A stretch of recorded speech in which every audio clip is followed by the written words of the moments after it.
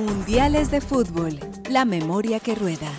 Serie periodística sobre la historia del torneo orbital, visto desde la mirada geopolítica, cultural, musical y literaria, con la realización de los profesores Mauricio Montoya, Gonzalo Medina y Wilmer Zuleta.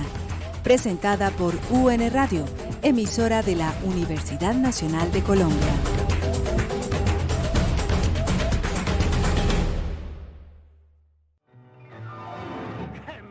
De pared, callejón 4 de 4, haciendo mil garabatos en un gorón de pizarrón. A nosotros los maestros de ese fútbol europeo, que pisando la de cuero, reventamos el balón. Argentinos y uruguayos, en su gira por Europa, se cansaron de hacer goles que los hicieron llorar. Escuchábamos otra vez ese tango con el que finalizábamos nuestro programa anterior de Juan D'Arienzo y Echagüe, en el que se habla sobre estos jugadores argentinos y uruguayos que fueron a jugar luego a la selección italiana, después de aquella famosa anécdota en el que uno de esos jugadores, como Monti, fuera amenazado aparentemente por unos espías italianos y luego terminara jugando en la selección italiana, que se haría campeona mundial, tanto en este mundial del 34 como del que también hablaremos, Francia 1938. Profesor Gonzalo Medina, bienvenido a este nuevo programa. Wilmer, también bienvenido a este programa en el que, como ya anunciábamos, hablaremos de los campeonatos mundiales Italia 1934 y Francia 1938. Comencemos entonces entrando en materia sobre este tema. Wilmer, contanos un poco de la llegada de ese Mundial de Fútbol a Italia, por qué se elige Italia, incluso a esas anécdotas famosas de cómo muchos de los equipos, incluso suramericanos, y el campeón se negaron a asistir a esta nueva cita orbital. La idea era que se hiciera como una especie de frente nacional entre Europa y Suramérica. Entonces, como el primer Mundial lo había hecho Uruguay, en este 1934 le correspondía a Italia, y así se hizo. Y podemos ver que también hubo una serie de conflictos, por ejemplo en el grupo 1, en el que había una gran distancia entre México y Nueva York, por lo que hicieron un triangular entre Cuba, Haití y México para que de allí saliera un rival para enfrentar a Estados Unidos y así ahorrar tiempo. Al final Estados Unidos, con un 4-2, logró clasificar al Mundial. Otra curiosidad, y también relacionada con el tema del tango, aparte de Monti también jugaron Orsi, Guaita y De María, jugadores argentinos para Italia. Otra cuestión fue que este mundial produjo 1.440.000 liras de ganancia y ya hubo más cubrimiento de la prensa también, 277 periodistas de 29 países, lo que demuestra cómo fue creciendo este mundial. Y hay una anécdota final que tiene que ver con que había un jugador suizo que hizo 3 goles que usaba gafas, algo muy curioso por primera vez en un mundial, que luego lo vimos con el holandés Davis. Y también hay otra cuestión que ya habíamos visto en el mundial del 30, que un jugador que era el Manco Castro, que le faltaba una mano. Bastantes anécdotas interesantes de este mundial, Wilmer, dándole nuevamente la bienvenida al profe Medina. Profe, así como hemos tratado de hacer este programa trabajando desde el contexto, cuéntenos, profe, ¿qué pasaba en esa época? ¿Por qué esa época tan convulsionada, esa época de Segunda Guerra Mundial y de todos estos personajes que van a empezar a tener protagonismo en el campo político y de la guerra? Sí, era ya evidente que se estaba ambientando una nueva conflagración mundial, teniendo en cuenta que en esa década surgieron ya unos líderes mundiales, en Europa particularmente, que, digamos, tenían prácticamente ya como su única propuesta de dominio, de, digámoslo así, de poder, la confrontación bélica. Precisamente estamos hablando de una parte del italiano Benito Mussolini y del lado alemán, aunque de origen austríaco, Adolfo Hitler. Entonces se fue dando como una cierta convergencia, una cierta unidad de pensamiento y de acción, tanto entre Mussolini como por el lado de Hitler. Tengamos presente que más adelante, en esa misma década, estamos hablando de 1936, estalla la Guerra Civil Española y va también apareciendo en esa escena, eminentemente de corte fascista, el llamado generalísimo Francisco Franco. Yo quiero que escuchemos por lo menos 2 fragmentos de intervenciones de una parte de Benito Mussolini y de Adolfo Hitler. Estamos hablando de la década del 30, que coincide precisamente con ese segundo mundial en Italia. Entonces vamos a escuchar inicialmente un fragmento de una intervención de Mussolini y luego de Adolfo Hitler. A Bari, in un famosissimo discorso, se la piglia con il razzismo dei nazisti. Noi possiamo parlare con un sovrano disprezzo. Talune dottrine d'altralpe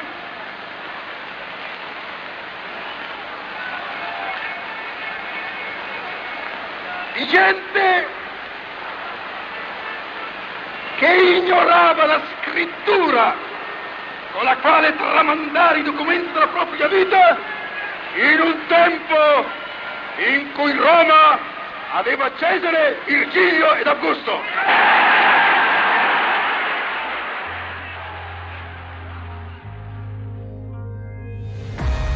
Wenn ich es den in diesem Augenblick zuhörenden 68 Millionen übrigen deutschen Volksgenossen in unserem weiten Reich versichere,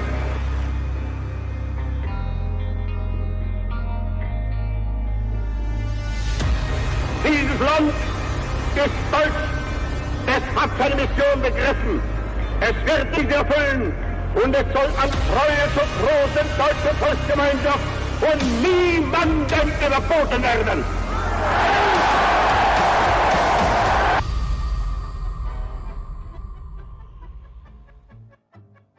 Muy interesante escuchar estos audios, incluso por lo que significó también, profe, que todos estos eventos deportivos terminaron convirtiéndose casi que en una propaganda política para estos movimientos que ya hacían mella en el contexto internacional.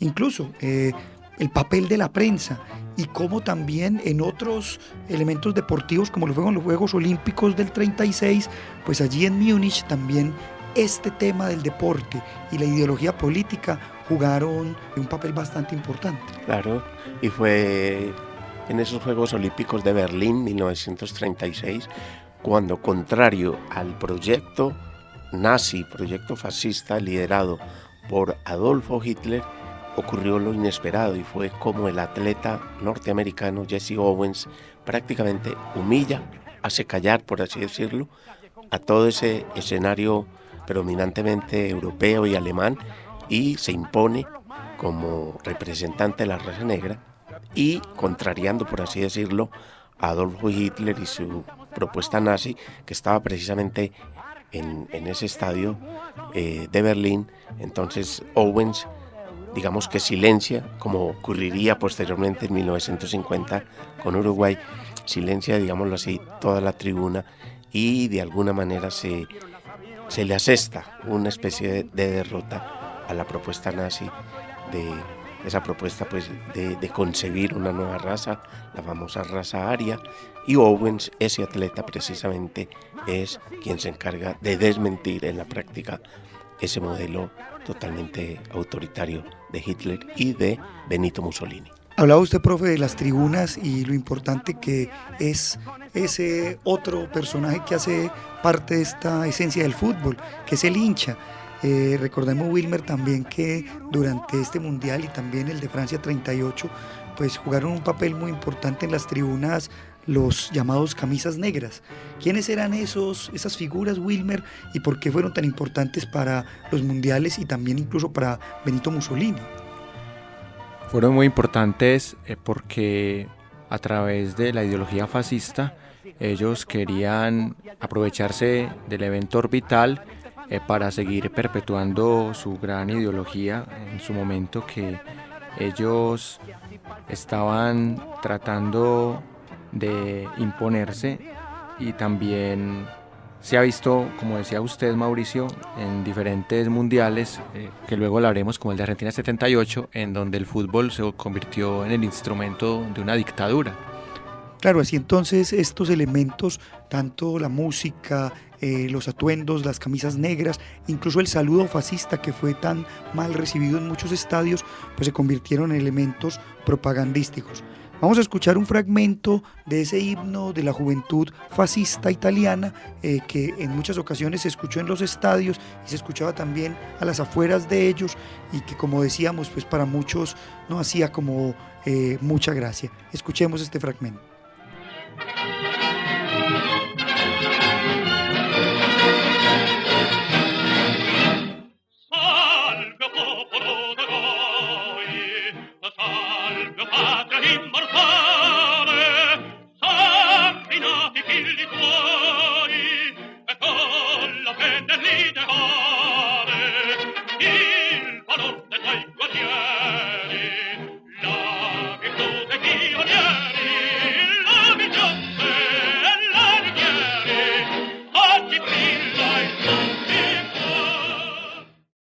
Bueno, escuchábamos entonces ese fragmento del himno fascista. Con eso entonces decir que la final de este mundial enfrentó a italianos y checoslovacos. Esa final sería ganada por la selección italiana, convirtiéndose así campeona en el mundial del que también era anfitriona. Vale decir aquí que esa Checoslovaquia, pues curiosamente, digamos, lo que hoy ya no existe, ¿no? Hoy hablamos de la República Checa, de la República de Eslovaquia. En aquel momento pues había sido un estado hechizo que luego en 1993 pues se desintegraría. Queremos terminar este Mundial de 1934 dándole también cabida a la literatura y leyendo en voz del profesor Medina un fragmento de Albert Camus, aquel que dijera que todo lo que sabría sobre moral se lo debía al fútbol. Profe. Sí, Albert Camus, como sabemos, de origen argelino, pero nacionalizado francés, obviamente por la presencia francesa en África y particularmente en Argelia. Escribió un texto que se convirtió como en una especie de clásico de la literatura, sobre todo en esa relación con el deporte. El texto se titula Lo que le debo al fútbol y comienza de esta manera. Sí, lo jugué varios años en la Universidad de Argel. Me parece que fue ayer, pero cuando en 1940 volví a calzarme los zapatos, me di cuenta de que no había sido ayer. Antes de terminar el primer tiempo, tenía la lengua afuera, como uno de esos perros con los que la gente se cruza a las 2 de la tarde en Tisy Ouzou. Fue entonces, hace bastante tiempo, de 1928 para adelante, supongo. El texto termina diciendo lo siguiente: porque después de muchos años en los que el mundo me ha permitido variadas experiencias, lo que más sé a la larga acerca de moral y de las obligaciones de los hombres, se lo debo al fútbol. Con esto entonces cerramos este Mundial de 1934 y nos trasladamos curiosamente a Europa otra vez. Nos quedamos en Europa y vamos hacia Francia. Ese Mundial de Francia de 1938 al que le damos la bienvenida en este programa, escuchando un fragmento de esa bella obra de la Marsellesa.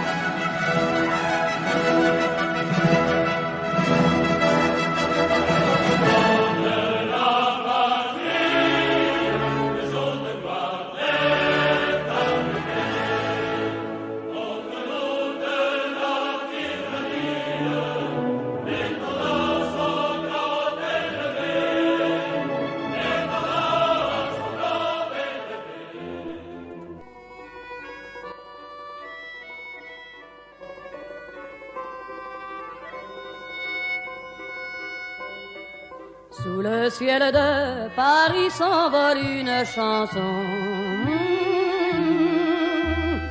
Elle est née d'aujourd'hui dans le cœur d'un garçon. Sous le ciel de Paris marche. Escuchábamos entonces este fragmento de la Marsellesa que da la bienvenida a este tercer mundial, este tercer encuentro orbital de fútbol, que digámoslo, a diferencia del primero y en coincidencia con el segundo, pues ya tenía procesos eliminatorios. Pero aquí hay una polémica bastante interesante. Wilmer, usted decía en el programa ahorita que era como esa especie de frente nacional, y si entonces somos un poco sensatos, no le hubiese tocado entonces a Sudamérica este Mundial del 38. ¿Qué polémica se presentó ahí y por qué se eligió a Francia y no a un país suramericano? ¿Y quién hubiera sido ese posible país suramericano que hubiese desarrollado la cita orbital? El pacto se rompió porque le tocaba a Sudamérica, particularmente a Argentina. Sin embargo, la sede en un congreso de la FIFA del 15 de agosto de 1936 se le concedió a Francia por hacerle un homenaje a Jules Rimet, el gran creador de la idea de un mundial de fútbol. Esto generó gran rechazo por parte de varios países suramericanos, por ende el actual campeón Uruguay no quiso participar en este mundial, y también Colombia y México apoyaron a Argentina, no quisieron participar. Por ende este mundial fue bastante tenso porque estaba iniciando a la par con la Segunda Guerra Mundial. Sumado a eso hubo también un escándalo porque un jugador brasilero que era un goleador, Leonidas da Silva, jugó descalzo y metió un gol ante Polonia, de los 4 que hizo, descalzo en medio de la lluvia, y el árbitro lo validó. Como pueden ver ustedes, fue bastante polémico este mundial, y curiosamente podemos notar que cada mundial tiene su anécdota curiosa. Pues habíamos hablado del manco, del miope, ahora del descalzo que mete un gol.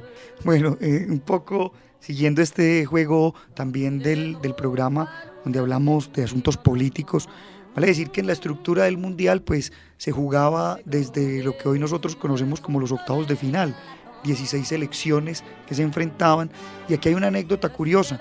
Bueno, ya estábamos en plena Guerra Civil Española, el profe lo mencionaba ahora, pero está la famosa anécdota del Anschluss, ¿no?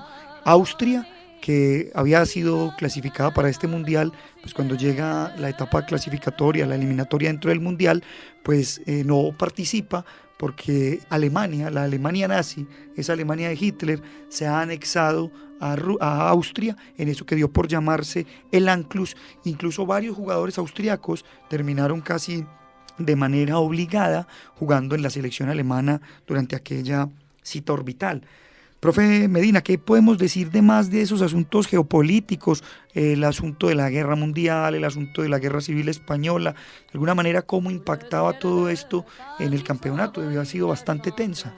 Sí, indudablemente que ya estábamos a las puertas de la Segunda Guerra Mundial, aunque casi que en la práctica esta ya había comenzado con lo que ustedes han señalado. Sin embargo, es importante señalar que un nuevo factor, digamos lo que se agrega a lo que fue la Segunda Guerra Mundial, fue precisamente la Guerra Civil Española en 1936. Y hay un autor de origen inglés, George Orwell, autor, como sabemos, de obras memorables como 1984, como también La rebelión en la granja. La rebelión en la granja, pero sobre todo él participó directamente, él combatió la Guerra Civil Española y escribió un texto también muy reconocido como es Defensa de Cataluña, es decir, la Cataluña asediada por el franquismo en el año 38 concretamente, y Orwell, militante, repito, al lado de los republicanos, escribe ese texto también muy importante, muy reconocido como el Defensa de Cataluña. Pero Orwell también escribió otro texto importante también como contribución a la necesidad de pensar el deporte, y estamos hablando precisamente de ese especie de ensayo que alude precisamente al deporte. Este fragmento que vamos a leer a continuación hace parte precisamente de este texto de George Orwell, El espíritu deportivo, y dice: tan pronto como se despiertan fuertes sentimientos de rivalidad, siempre se desvanece la noción de jugar de acuerdo a las reglas. La gente quiere ver un equipo en la cumbre y al otro humillado, y se olvida de que la victoria, obtenida con trampa o mediante la intervención de la muchedumbre, carece de significado. Aun cuando los espectadores no intervengan físicamente, tratan de influir en el juego, vitoreando a su equipo favorito y bombardeando a los jugadores contrarios con silbidos e insultos. Nada más pertinente que esta reflexión de Orwell en ese momento, cuando desde 1934 el fascismo italiano, el fascismo alemán y sumándole luego el fascismo franquista, precisamente le dan o les dan a esos mundiales un toque definitivamente político, pero en el peor sentido de la palabra, por lo que precisamente Orwell dice en este texto. Incluso, profe, sumando un poco a ese planteamiento que usted realiza, es bastante interesante mirar que también acá la prensa juega un papel muy importante. En ese famoso partido entre Italia y Brasil durante este mundial, pues fue bastante cuestionada la prensa italiana, que tras la victoria italiana sobre los brasileros, tituló uno de los principales diarios italianos: saludamos la victoria de la itálica inteligente sobre la fuerza bruta de los negros. Un referente bastante, digamos, xenófobo, racista, que también fue muy cuestionado a nivel mundial, pero como ya lo hemos dicho varias veces, pues estábamos en un contexto bastante tenso de guerra y donde de alguna manera pues estos regímenes manejaban e imponían sus doctrinas. Hay algunas anécdotas también que vale la pena mencionar aquí, así como decíamos en el primer mundial que se hizo el primer gol. Aquí también tenemos el primer autogol, ese autogol hecho por un suizo, Lorcher, que se hizo incluso en un partido contra Alemania. También pues queda como en la memoria, como haber sido ese hecho infausto, ¿no? Así como para un portero será una falla bastante grande dejar pasar el balón. Acá un autogol también, y más en una Copa del Mundo, creo que es para un jugador algo bastante doloroso. No sé, Wilmer, ¿qué opinas de esos asuntos y también de algunas otras anécdotas que podamos mencionar de ese mundial? Sí, fue un mundial que tuvo unas anécdotas muy interesantes. También, por ejemplo, está la participación por primera vez de las Antillas holandesas en un mundial, y fue por el retiro de Estados Unidos y de Japón. Esto también ayudó a que se diera esto. Ahorita se me había olvidado comentarles que el árbitro sueco Ekling, que ya era bastante experimentado, obligó al jugador Leonidas a ponerse los zapatos de nuevo tras ese gol. Y lo curioso fue que lo valió, pero ya el jugador le había tirado los zapatos al técnico, que era Ademar Pimienta. Bueno, muchas curiosidades, como vemos, y así también que estamos haciendo asuntos de la geopolítica, no queremos dejar pasar también ese referente literario que ya el profe Medina mencionaba, y queremos leer también un fragmentico de Eduardo Galeano en su texto El fútbol a sol y sombra, en el que se refiere a este Mundial de Francia de 1938 y algo que decíamos ahora sobre el hecho de cómo Austria fue anexada a Alemania. Dice Galeano: Alemania incorporó 5 jugadores de la recién anexada Austria. La escuadra alemana, así reforzada, irrumpió dándose aires de muy imbatible, con la cruz esvástica en el pecho y toda la simbología nazi del poder. Pero tropezó y cayó ante la modesta Suiza. La derrota alemana ocurrió pocos días antes de que la supremacía aria fuera golpeada en Nueva York, cuando el boxeador negro Joe Louis pulverizó al campeón germano Max Schelling. Otra historia bastante interesante que muestra un poco lo que ya hablábamos en los programas anteriores y en este, sobre esas ironías de la vida, ¿no? De cómo, a pesar de que se trataba de imponer una idea, pues siempre teníamos ese golpe contrario. Profesor Medina, le damos la palabra para que vamos cerrando este programa en el que nos hemos encontrado con los mundiales de 1934 y 1938, diciéndonos antes de terminar, que Italia también será campeón de este mundial, convirtiéndose así en el primer bicampeón de una cita orbital. Sí, y vale la pena también recordar, señalar que Mussolini habló con el técnico de la selección italiana, habló con los jugadores y prácticamente los sentenció, los amenazó con la horca si no eran campeones. Y efectivamente, o finalmente, pues Italia por segunda vez se coronó campeona de este tercer mundial de fútbol.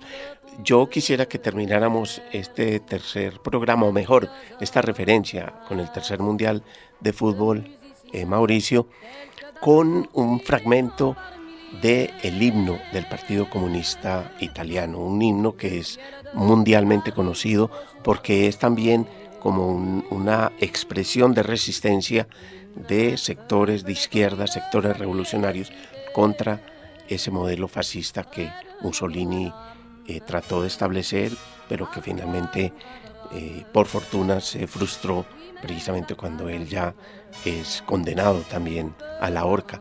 Entonces, yo invitaría a que escucháramos al menos un fragmento de este himno del Partido Comunista Italiano, que dice al comienzo, traduciendo un poco sobre la marcha, dice: adelante pueblo, a la batalla, porque la bandera roja es la que nos guiará.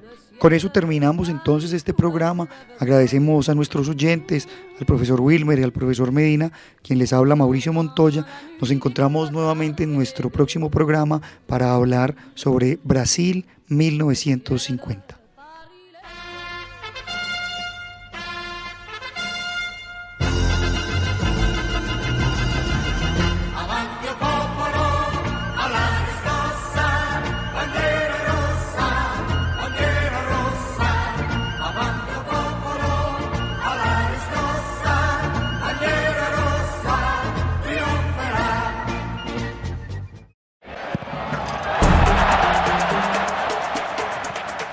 Mundiales de Fútbol, la memoria que rueda.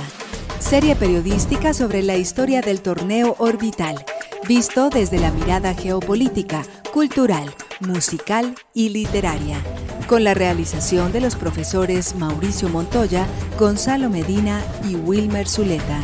Presentada por UN Radio, emisora de la Universidad Nacional de Colombia.